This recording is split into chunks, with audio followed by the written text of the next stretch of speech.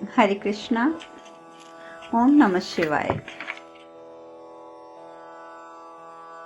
कल हमने कथा में विश्राम लिया था जब भगवान शिव और माता पार्वती कैलाश की ओर प्रस्थान कर चुके हैं और नंदी जो है वो प्रेत गणों को समझा रहा है कि अब तुमने उपहास का पात्र नहीं बनना है, अब तुमने रहने का सलीका सीखना है। अब महादेव अकेले नहीं है, माता पार्वती भी साथ है। उधर दूसरी ओर जैसे कि मैंने आपको बताया था कि देवतागण विवाह के पश्चात जब वापस दधीची के आश्रम की ओर जा रहे हैं तो वहीं पर धूम्रलोचन ने उन पर आक्रमण कर दिया और इतना भयानक आक्रमण किया था कि देवता जो थे वो बेचारे घबरा गए। क्योंकि देखिए जब भी अधर्म हावी हो जाता है तो धर्म के तो वैसे ही पैर कटने शुरू हो जाते हैं।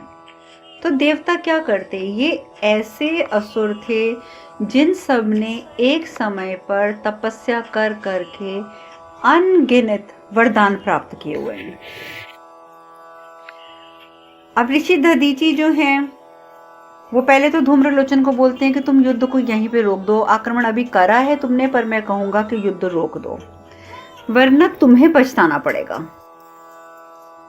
लेकिन धूम्रलोचन कहाँ सुनता है। धूम्रलोचन कहता है कि ठीक है, अगर आप में इतनी ही शक्ति है तो आप मुझे रोक सकते हैं तो रोक लीजिए, और यदि आपने मुझे रोक लिया तो मैं वादा करता हूं कि मैं यहां से चला जाऊंगा।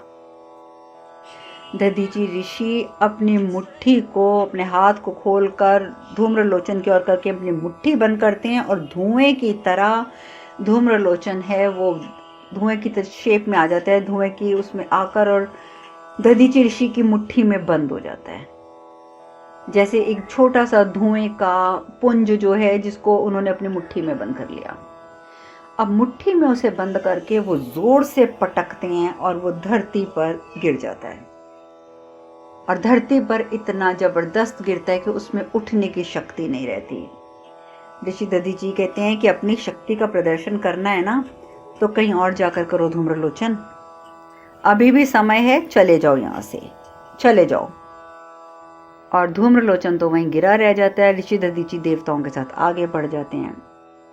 अभी जरा से आगे जाते हैं तो रक्त बीज उनके ऊपर आक्रमण कर देता है। रक्त बीज बहुत क्रोध में है, कहता है ऋषि दधीची तुमने धूम्रलोचन को पराजित करके एक बार फिर असुरों को युद्ध के लिए ललकारा है। अब तुम्हें देवताओं को बचाने हेतु रक्त बीज से यानी कि मुझसे युद्ध करना पड़ेगा। रक्त बीज कहता है दधीची या तो इन देवताओं को मुझे सौंप दो तो ये युद्ध बच सकता है, अन्यथा युद्ध के लिए तैयार हो जाओ। अभी तुम पर निर्भर करता है कि तुम क्या चाहते हो। दधीची ऋषि कहते हैं कि देवताओं को तो मैं नहीं सौंप सकता क्योंकि मैंने इन्हें अपने संरक्षण में रखा है। तुम्हें जो करना है तुम कर लो, पर देवता तुम्हारे पास नहीं आएंगे। और साथ ही वो देवताओं को भी कहते हैं कि आप निश्चिंत रहिए, मेरे होते आपको कोई क्षति नहीं पहुंचा सकता। तो रक्तबीज कहते हैं उचित है ऋषिवर, अगर तुम यही चाहते हो कि तुम देवताओं का संरक्षण करोगे, तुम देवताओं को मुझे नहीं सौंपोगे, तो फिर तुम्हें भी मेरे कोप का भाजन बनना पड़ेगा। आपको मैंने बताया था कि देवताओं को शस्त्र तो दे दिए थे दधीची ऋषि ने। सब देवता मिलकर रक्त बीज के ऊपर आक्रमण कर देते हैं, लेकिन जहां जहां रक्त बीज को तलवार का चोट पड़ती है, जहां जहां उसे जख्म होता है, जहां जहां से रक्त गिरता है, वहां पर एक और रक्त बीज उत्पन्न हो जाता है। उसका नाम रक्त बीज इसीलिए पड़ा था कि जहां उसका रक्त गिरता था वो उसके रक्त की बूंद एक बीज की तरह होती थी जिसमें से एक नया रक्त बीज उत्पन्न हो जाता था। अब दधीची के दिए हुए शस्त्रों से उन्होंने बहुत कोशिश करी कि इन सब रक्त बीजों को हम मार दें, लेकिन क्या मारें, जहां जहां रक्त गिरता था वहां नए रक्त बीज पैदा हो जाते थे। अब दधीची ऋषि जो कहते हैं वो कहते हैं कि ये तो स्थिति खराब हो रही है। वो क्या करते हैं दधीची ऋषि, एक ना अभिमंत्रित करके आग का गोला बना लेते हैं और सब जने मिलकर उसके अंदर खड़े हो जाते हैं, ऋषि दधीची भी और देवता भी। और ऋषि दधीची कहते हैं कि अब इस घेरे में आप लोग सुरक्षित हैं, अब आप इसी चक्र के अंदर रहिए। रक्त बीज चक्र के ऊपर पांव रखता है तो चक्र की जो अग्नि है वो अति तीव्र हो जाती है। रक्त बीज चाहकर भी उस रेखा को, उस चक्र रेखा को पार नहीं कर पाता। पर रक्त बीज घबराता थोड़ी है।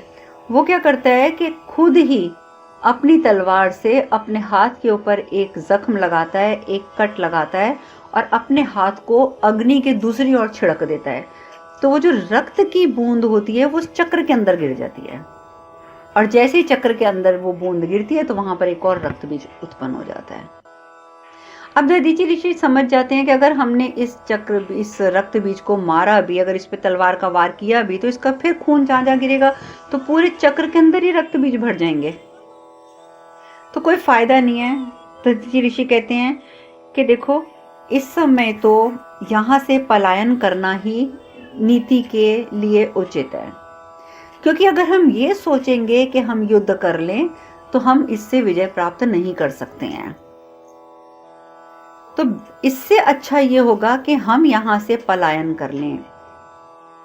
अब इंद्रदेव तो पलायन करने में वैसे ही माहिर हैं, उन्हें ऋषि दधीचि की बात कोई बुरी नहीं लगती और ऋषि दधीचि सभी देवताओं को लेकर उस चक्र में से अदृश्य हो जाते हैं। रक्त बीज कहता है, कहां तक भागोगे, कब तक भागोगे, मैं तुम्हारे पीछे पीछे आऊंगा, तुम चिंता मत करो, तुम्हें मैं जीवित तो नहीं छोड़ूंगा। अब सारे देवता गण जो होते हैं वो जब अदृश्य होते हैं तो सीधा पहुंच जाते हैं नारायण की शरण में। दधीचि ऋषि कहते हैं, नारायण, देवताओं की रक्षा करना अब मेरे लिए संभव नहीं है, क्योंकि रक्त बीज जैसों के साथ लड़ना मेरे बस की बात नहीं है। तो इंद्र भी कहते हैं कि हम सभी ताड़कासुर रक्त बीज के आतंक से अशक्त हो गए हैं, हम में तो बिल्कुल शक्ति बची नहीं है। अब तो प्रभु आप ही कुछ कीजिए, आप कुछ कीजिए प्रभु, हमारे मान सम्मान सब कुछ तो खत्म हो गया है। अशक्त हमें करके हमारे मान सम्मान तक का हनन कर दिया इन असुरों ने। विष्णु भगवान कहते हैं कि किसी अधर्मी द्वारा किए गए कृत्य से कभी भी अपमान नहीं होता है। वो लोग असुर हैं, उनकी सोच गलत है, उनके कृत्य गलत हैं, तो उनके किसी भी कृत्य से आपका मान सम्मान नहीं जा सकता, आपका कोई अपमान नहीं होता है। और फिर आपको ये भी ज्ञात होना चाहिए कि इन देवताओं, इन असुरों का, खासकर जैसे धूम्रलोचन है, शुंभ निशुंभ है, रक्त बीज है, इन सब को वरदान प्राप्त है कि इनका वध जो होगा वो किसी न किसी स्त्री के द्वारा होगा। तो आप लोग जितना मर्जी कोशिश कर लीजिए, आप इनको खत्म कर ही नहीं सकते हैं। कोई स्त्री शक्ति आएगी तभी इनका हनन होगा। और आप जानते हैं वो स्त्री शक्ति कौन होगी? वो होंगी देवी पार्वती। किंतु अभी इस क्रिया की पूर्ति हेतु कुछ समय शेष है। सर्वप्रथम तो देवी पार्वती को कैलाश पहुंचने दीजिए, वहां पर महादेव उन्हें तंत्र विद्या का ज्ञान देंगे। तत्पश्चात देवी जो है पार्वती, वो शक्ति के रूप में दानवों का, असुरों का संहार करने का कार्य जो है वो कार्यान्वित करेंगी। उससे पहले कुछ नहीं होता, इसलिए अच्छा ये है कि आप लोग अभी कहीं पर भी छुप कर रहिए, आप इन दैत्यों को नहीं मार सकते। उधर दूसरी ओर महादेव और माता पार्वती वो कैलाश पहुंचते हैं। कैलाश की जैसे ही सीमा पर पहुंचते हैं तो माता की आंखों में आंसू आ जाते हैं। तो शिव रोक जाते हैं वहीं पे, उनको रोककर पूछते हैं, क्या हुआ पार्वती? आंखों में इन अश्रुओं का कारण क्या है पार्वती? तुम रो क्यों रही हो? क्या हुआ तुम्हें? माता पार्वती कहती है, स्वामी, ये सुख की अनुभूति है। न जाने कितने कल्पों के पश्चात आज हमारा आगमन जो है वो कैलाश पर होने जा रहा है।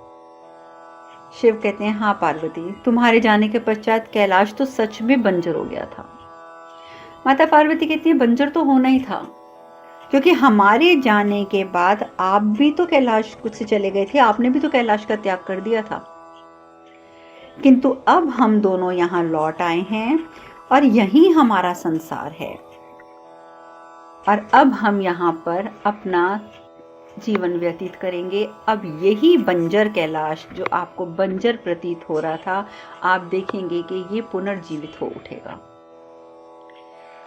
और इस प्रकार से वार्तालाप करते हुए महादेव और माता पार्वती कैलाश में पहुंच जाते हैं। जैसे ही कैलाश में पहुंचते हैं तो देवता गण और बाकी सब प्रेत गण सब उनका स्वागत करते हैं फूलों से।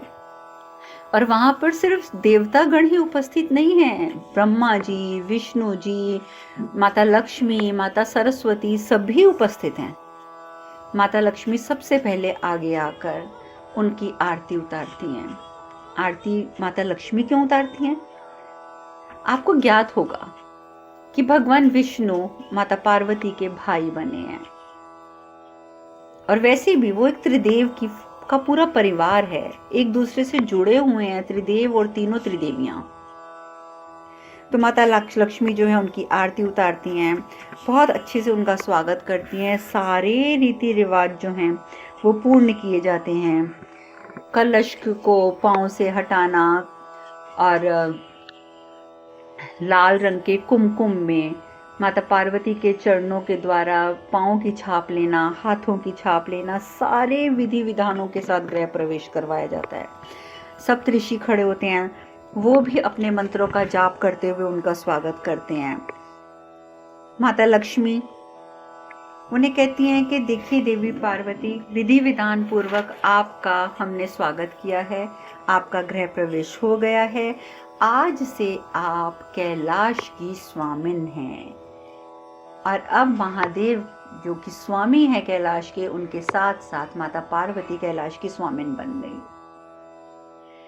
भगवान विष्णु कहते हैं, महादेव अब समय आ गया है कि आप दोनों समाधि स्थान धारण कर संसार को परिपूर्णता प्रदान करें। आप देवी पार्वती को अपने वामंगी स्वीकार करें, उन्हें अपने वामंग में स्थान दें, स्थान ग्रहण करवाएं। और ऐसा जब आप कर लेंगे, ऐसा करने के पश्चात ही त्रिमूर्ति सही अर्थ में परिपूर्ण होगी, क्योंकि अभी त्रिमूर्ति जो है वो परिपूर्ण नहीं है। जब माता पार्वती को आप वामांगी बनाकर उन्हें अपने वामंग में बिठाएंगे, तब जाकर त्रिमूर्ति पूर्ण होगी। शंख ध्वनि होती है, सारे ऋषिगण जो है शंख बजाते हैं, प्रेतगण उद्घोष करते हैं हर हर महादेव, हर हर महादेव। और भगवान शिव माता पार्वती को लेकर अपने समाधि स्थान पर पहुंचते हैं और वहां जाकर उन्हें वामांगी स्वीकार करते हैं। और साथ ही भगवान शिव कहते हैं कि पिछले जन्म में जो अधिकार मैंने तुमसे छीन लिए थे, मैं आज वो सभी अधिकार तुम्हें लौटाता हूँ पार्वती, वो सभी अधिकार तुम्हें लौटाता हूँ। और इस प्रकार से वो उन्हें अपने वामंग में स्थान देकर उस ध्यान शिला पर बैठते हैं। माता लक्ष्मी ध्यान शिला पर उन दोनों की आरती उतारती हैं, फिर माता सरस्वती भी दोनों की आरती उतारती हैं। ब्रह्मा जी कहते हैं, महादेव आज से आपके सृष्टि के दायित्व को पूर्ण रूप से स्वीकार करके सृष्टि का कल्याण कर दिया है, क्योंकि आज आपने देवी पार्वती को वामंगी धारण किया है, उनको स्वीकार किया है, त्रिमूर्ति को पूर्ण किया है। इस वजह से जो दायित्व आपने सृष्टि के कल्याण का लिया है, उससे हम बहुत प्रसन्न हैं महादेव, बहुत प्रसन्न हैं। अब असुरों का नाश होगा और पुनः धर्म की स्थापना होगी, पुनः स्थापना होगी। सब हर हर महादेव, हर हर महादेव, हर हर महादेव करते हैं। भगवान विष्णु कहते हैं, महादेव आदि शक्ति ने समय के प्रारंभ में स्वयं के 3 भाग किए थे। आज तक सृष्टि में ज्ञान, संपत्ति, जिनको माता लक्ष्मी और माता सरस्वती का आश्रय था, किंतु जो तीसरा भाग था शक्ति, उसको किसी का आश्रय प्राप्त नहीं था।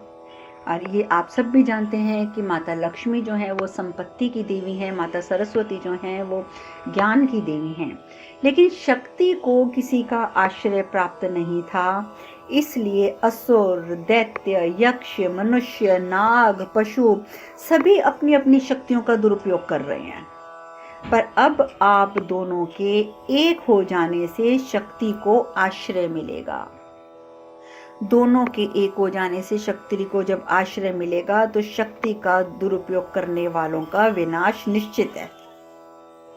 ठीक उसी प्रकार जैसे अनीति से संपत्ति संग्रह करने वाले को दंड मिलता है, अयोग्य प्रकार से ज्ञान का प्रयोग करने वाले को ब्रह्मक्ष योनि में उत्पन्न होना पड़ता है, उसी प्रकार शिव अपनी संतति को जगत कल्याण का मंत्र सिखाएंगे और देवी पार्वती संतति को पुरुषार्थ, सहनशीलता और वीरता से भरेंगी।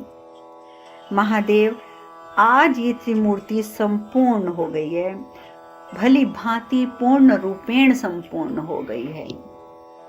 और सभी हर हर महादेव करते हैं। क्यों? क्योंकि सिर्फ त्रिमूर्ति संपूर्ण नहीं हुई है, त्रिदेवियों की मूर्ति भी संपूर्ण हुई है। जिस प्रकार से पहले सिर्फ संपत्ति को आश्रय प्राप्त था, ज्ञान को आश्रय प्राप्त था, आज देवी पार्वती के द्वारा शक्ति को भी आश्रय प्राप्त हो जाएगा और माता पार्वती स्वयं शक्ति को आश्रय देंगी। सब बहुत प्रसन्न हैं कि आज त्रिमूर्ति पूर्ण हुई। उधर ताड़कासुर बड़ा क्रोधित है। क्रोधित होना तो जायज है ना, धूम्रलोचन भी परास्त होकर लौट आया, रक्त बीज का कुछ पता नहीं है। तो ताड़कासुर कहते हैं कि शुंभ निशुंभ, आप लोगों ने तो हमें आश्वस्त किया था कि आप देवताओं का हनन कर देंगे, पर देवता तो पलायन कर चुके हैं और आपके दो महान योद्धा ये धूम्रलोचन और रक्तबीज ये असफल हो गए हैं। आपने तो ये भी वचन दिया था कि शिव पार्वती का मिलन नहीं होने देंगे, परंतु हमें सूचना प्राप्त हुई है कि शिव और पार्वती तो कैलाश पहुंच भी चुके हैं। निशुंभ कहता है शांत हो जाइए असुरराज, शांत हो जाइए, हमें अपना वचन निभाना आता है। इस समय सारे देवतागण क्षीर सागर में आश्रित हैं। आप जानते हैं ना कि वो सब भगवान विष्णु के पास चले गए थे, भगवान विष्णु क्षीर सागर में रहते हैं। तो निशुंभ कहता है कि वो भी देवतागण क्षीर सागर में हैं और रक्त बीज क्षीर सागर के बाहर ही प्रतीक्षारत है। जैसे ही वो लोग बाहर आएंगे तो वो उनका सर्वनाश कर देगा। और हमने आपको बोला था कि हम शिव पार्वती का मिलन नहीं होने देंगे, तो हम आज भी अपने वचन पर कायम हैं। हम शिव पार्वती को विभाजित करेंगे, विभाजित। ताड़कासुर कहता है विभाजित करोगे? वो तो कैलाश पहुंच चुके हैं, कहां से विभाजित करोगे? कौन करेगा ये काम? शुंभ कहता है आप क्यों चिंता करते हैं, आप क्यों चिंता करते हैं? देखिए, इतना याद रखना कि जहां विभाजन होता है ना, वहां पर मिलन कभी संभव नहीं होता। और यही विभाजन हम करेंगे और हमारे इस कार्य को पूर्ण करेगी यक्षिणी लेखा, और उसकी शक्ति के सामने आज तक कोई नहीं रुक पाया, उससे कोई नहीं बच पाया। इसलिए अब आप निश्चिंत हो जाइए। तो ताड़कासुर कहते हैं कि अच्छा, हम आपकी यक्षिणी रेखा से मिलना चाहेंगे। शिव निशुंभ कहते हैं आप विराजमान होइए, हम आपको उनसे मिलवा भी देंगे और आप देखिएगा कि ये कार्य भी पूर्ण होगा। इस प्रकार से माता पार्वती और शिव तो अपना नया गृहस्थ जीवन शुरू करने जा रहे हैं, और दूसरी ओर असुर जो हैं वो अपनी असुरी बुद्धि के कारण आज भी इसी उद्देश्य पूर्ति में लगे हुए हैं कि किस प्रकार शिव पार्वती को अलग किया जाए, किस प्रकार देवताओं का हनन किया जाए, ताकि ताड़कासुर अपने मृत्यु के भय से मुक्त हो सके। उधर माता पार्वती प्रथम दिवस उनका कैलाश पर खीर बनाती हैं। वो बहुत बड़े एक वहां पे एक अजीब सा बर्तन पड़ा होता है जिसमें ये सारे लोग धतूरा और भांग घोलते थे। उसमें माता पार्वती आज खीर बना रही हैं और प्रेत गण दूर खड़े हुए सब देख रहे हैं, बड़े खुश कि अब तो मजा आ गया, अब तो हमें खाने की चिंता ही नहीं करनी पड़ेगी, अब तो देवी अन्नपूर्णा है हमारी माता, अब तो हमें रोज स्वादिष्ट भोजन मिला करेगा, अब हमें ये धतूरा भांग नहीं खानी पड़ेगी, अब तो हम स्वादिष्ट भोजन करेंगे। अगर नंदी कहते हैं माता, नंदी तो माता की सहायता करने के लिए हमेशा साथ रहते हैं। कहते हैं माता आपने हमारा कायाकल्प कर दिया है, लेकिन माता ये जो प्रेतगण है ना ये नहीं सुधरे।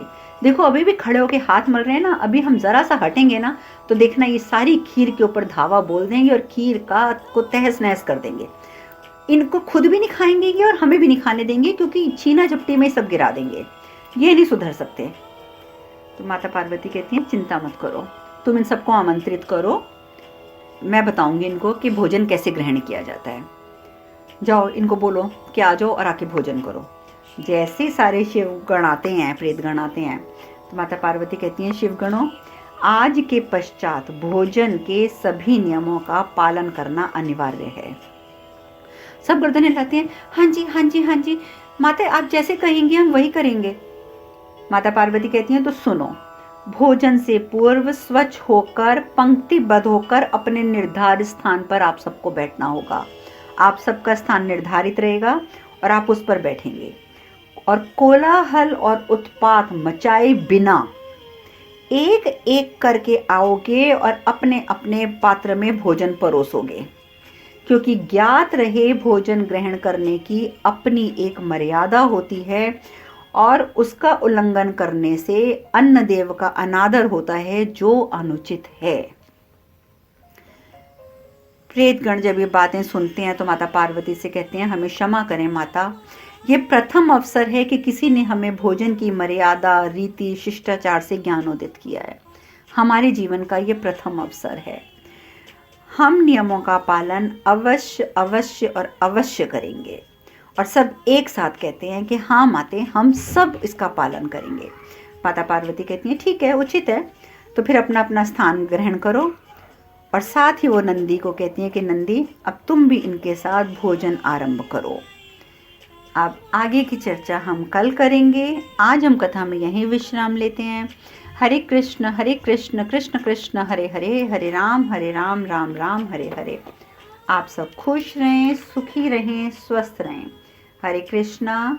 ओम नमः शिवाय, ओम नमः शिवाय, ओम नमः शिवाय।